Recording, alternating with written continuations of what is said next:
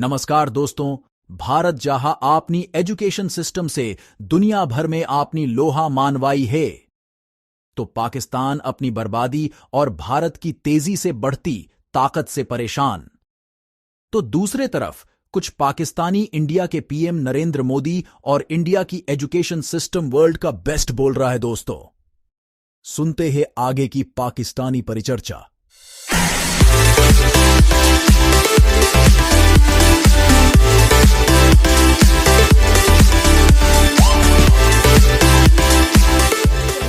की चांद पर कामयाब लैंडिंग के बाद नरेंद्र मोदी का कहना है कि ये नए भारत की तारीखी फतह का दिन है। क्या कमेंट करेंगे? कमेंट क्या है? देखो, पहली बात तो ये है कि आपने कहा ना पड़ोसी मुल्क, हमसाया माँ जाया होता है, और हमारे यहाँ तो बेशुमार जाते हैं। पूरा प्रोग्राम ख़त्म हो जाएगा अगर मैं गिनवाऊँ। जो ओरिजिनली हिंदू थे या सिख्स थे,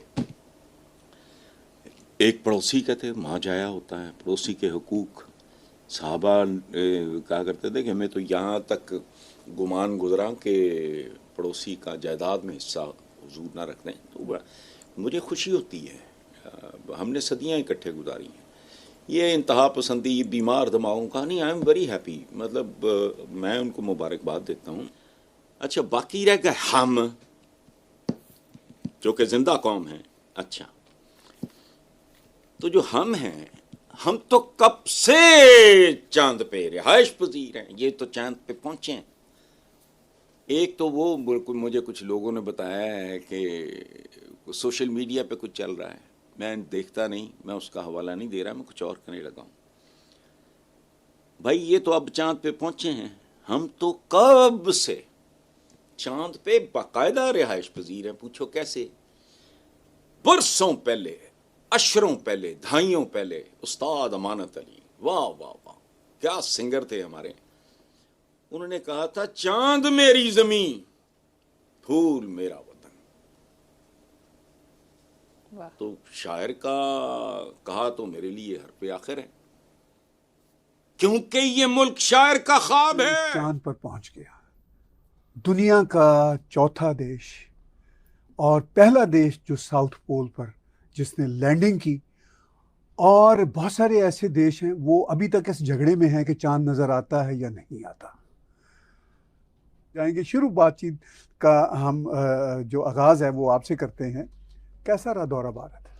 मैं समझता हूँ कि हिंदुस्तान पहले भी मैं जा चुका था, हर दफ़ा मुझे बहुत प्यार मिला, लेकिन इस दफ़ा इतना प्यार मिला कि मुझे लगता है कि इस जन्म में मैं उनका कभी उधार जो है ना वो चुका नहीं सकूँगा, और कई जन्म चाहिए उसको पूरा करने के लिए। इतने अच्छे लोग, इतने लार्ज हार्टेड लोग, इतने वार्म हार्टेड लोग अपने घरों में बुलाया, अपनी फैमिलीज़ के साथ जो भी कोई कुछ कर सकता था उसने दिल खोल के किया। अब इसके बाद मुझे तो पहले भी कभी शक नहीं था कि हम दो दुश्मन लोग हैं। अब तो मुझे यकीन हो गया कि ये दुश्मनी एक आर्टिफिशियल, और ये वक्त के साथ इसका कोई वक़्त नहीं जा रहा है। क्या हम मदरसों की वजह से पीछे रह गए हैं? और जिस तरह के लोग हम बाहर निकाल रहे हैं, जो आपने देखा चर्चेस भी जलाए गए और क्या कुछ हुआ, वहां पे भी जो हमारी जनरेशन हमें दिखी, वो आपके सामने है। बिल्कुल सही फरमाया आपने, बिल्कुल सही है।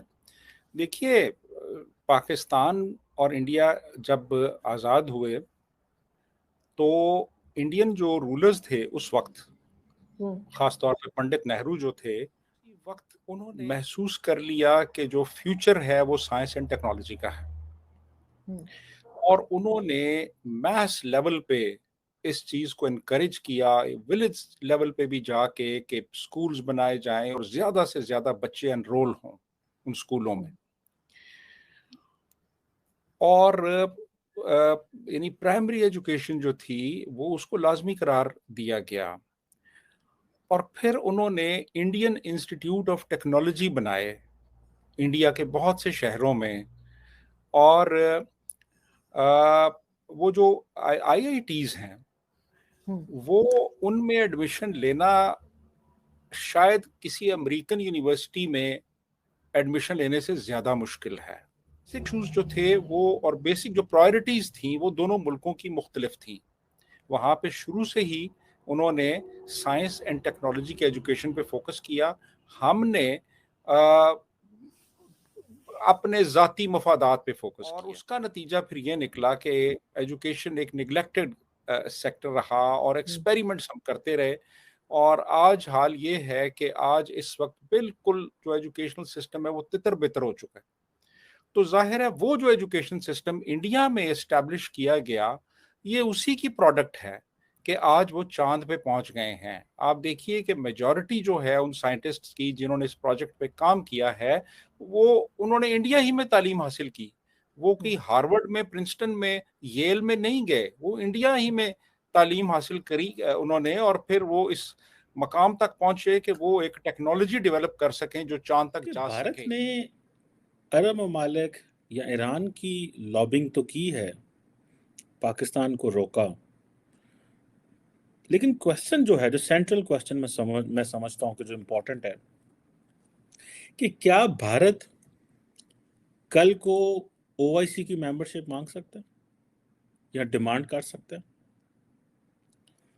इंडिया ये तो समझता है कि ईरान के साथ ताल्लुकात होने ज़रूरी हैं, सऊदी अरब के साथ। मैंने आपको पहले बताया था एक दफ़ा कि इंडियंस बड़ी कोशिश कर रहे हैं कि उनके ईरान से अच्छे ताल्लुकात हों, और उसकी बहुत सारी वजूहात हैं। प्राइमरी वजह एनर्जी, पाकिस्तान, ये प्राइमरी वजह है, क्योंकि वो समझते हैं कि जितनी एनर्जी ईरान के पास है, कल को हमें इसकी ज़रूरत है। 21st century is a century of energy. जिसके पास एनर्जी होगी वो तरक्की करेगा। बाकी खान साहब ने रातों रात हिंदुस्तान से ट्रेड बंद कर दी, और 370 हमने हटाया है, हमारे कश्मीर से हटाया है। उसका अगर आप डिस्प्यूट मानते हो, क्या फर्क पड़ता था? आपने रातों रात ट्रेड बंद कर दी। ट्रेड बंद करने से हिंदुस्तान को क्या फर्क पड़ा ताहिर साहब? 1 बिलियन की भी हमारी ट्रेड नहीं थी। आज आप देखिए, we are looking at an export basket of $1 trillion in next 2 years। तो 1 ट्रिलियन के डाले एक, तो कहीं ना कहीं पाकिस्तान को अब एक इस बात का इदराक होना चाहिए, एहसास होना होना चाहिए, अपनी रियलाइजेशन कि शाख से टूट के पत्ते कभी हरे नहीं होते हैं। और शाख जो है वो इंडस वैली सिविलाइजेशन है, जिसके हम भी वारिस हैं और पाकिस्तान भी वारिस है। कहीं ना कहीं हमको सोच के सर बैठना पड़ेगा, नफरतों को हटाना पड़ेगा, मोहब्बत को पनाह देनी पड़ेगी। और जब तक मोहब्बतों को पनाह नहीं मिलेगी और हम अपनी बालादस्ती में रहेंगे कि मेरा मज़हब तुमसे बेहतर है, मेरी सोच तुमसे बेहतर है, तो हमें एवज स्वाय गुर्बत के कुछ मिलने वाला नहीं है।